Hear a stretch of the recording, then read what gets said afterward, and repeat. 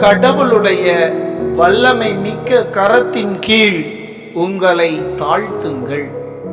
அப்பொழுது அவர் ஏற்ற காலத்தில் உங்களை உயர்த்துவார். தூய பேதுரு எழுதிய முதல் திருமுகம் 5வது அதிகாரம் 6வது இறை திருவசனம். கடவுளுடைய வல்லமை மிக்க கரத்தின் கீழ் உங்களை தாழ்த்துங்கள். அப்பொழுது அவர் ஏற்ற காலத்தில் உங்களை உயர்த்துவார். தூய பேதுரு எழுதிய முதல் திருமுகம் 5வது அதிகாரம் 6வது இறை திருவசனம்.